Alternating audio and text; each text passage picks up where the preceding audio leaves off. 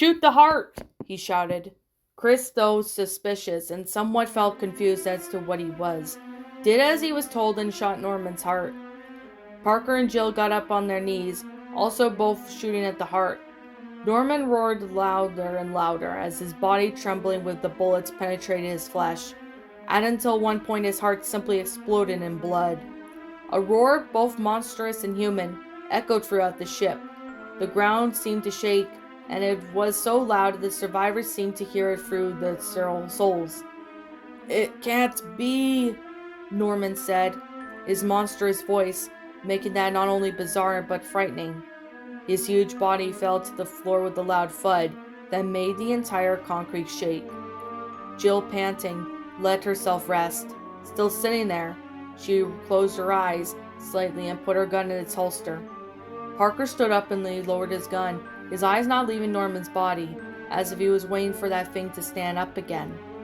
Chris walked towards Jill, crouched down in front of her, handed her a jar of herbal mixtures. It was going to be help for the moment. "Don't tell me they sent you guys to come rescue me," Chris said in a serious tone, although normal, different. Maybe he was serious man than he ever be. "Exactly that," Parker replied, reloading his pistol and watching the man in the mask approach. "What the fuck? Fuck, this whole thing was a trap!" Chris exclaimed, causing both Jill and Parker to look at him with serious stares. You think fast, Redfield." The masked man's voice drew their gazes him. He was placing his knife on the sheath beside the shoulder, and his magnum was still in hand. He looked fine from what little they could make out of him. That mask seemed to heave even what his eyes wanted to say. "You seem to live up to your titles." "Who are you?" Chris asked, his tone seemingly neutral, but everyone knew there was a slight undertone of distrust, can even fret. The man didn't answer right away. He just picked up the tablet and someone knew it wasn't destroyed after he kicked that to the wall. "I've came up to Hamp Lansdale, and as a few secrets that might interest you," he said, extending the tablet towards Chris, who looked at it suspiciously for a while, until he took the device from the man's hands. "There's more to read." The more his anger grew. Emails, recorded audio calls, providing Lansdale's connection to Norman. All the evidence was there, right in his hands. "There's no way! No way!" Parker exclaimed, putting his hands on his head.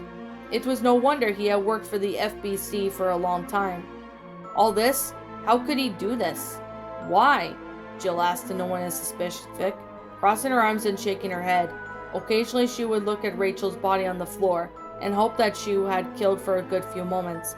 But deep down she suspected that wasn't the case. "I don't care about this one reason.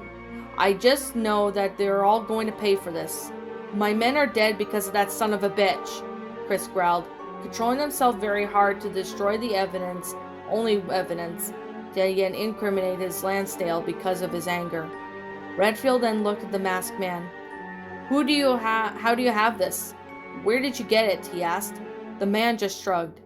"It doesn't matter. What matters is that I got it, and you guys already knew about it," he replied. Chris didn't seem to like that answer very much. "Doesn't matter? Are you kidding me? Who the hell are you?" Chris shouted, almost as if in order, but the man didn't seem to care. He didn't show any reaction.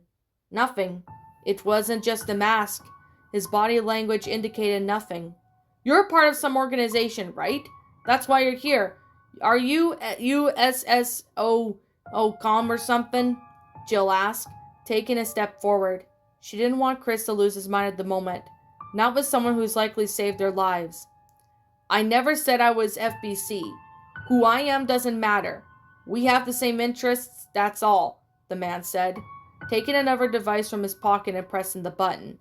Something beeped and the ship shuddered. "What are you doing?" he asked. The man looked neutrally.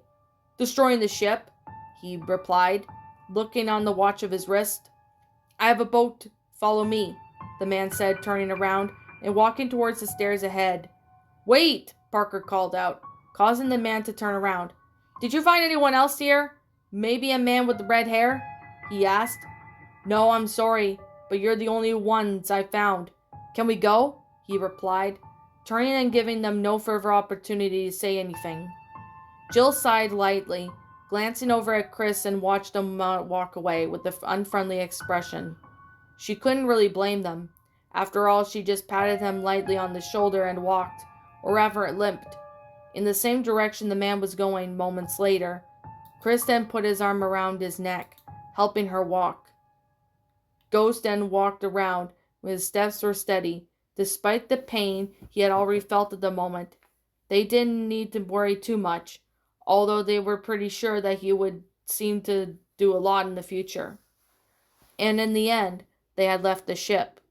Ghost had looked at them. Parker stood in there looking over the ocean. He didn't know how exactly who he was, but he knew he wasn't on his list. So he's better off unaware that the CERN red-haired spy was about to blow up the ship and back, killed by a stab wound to its neck.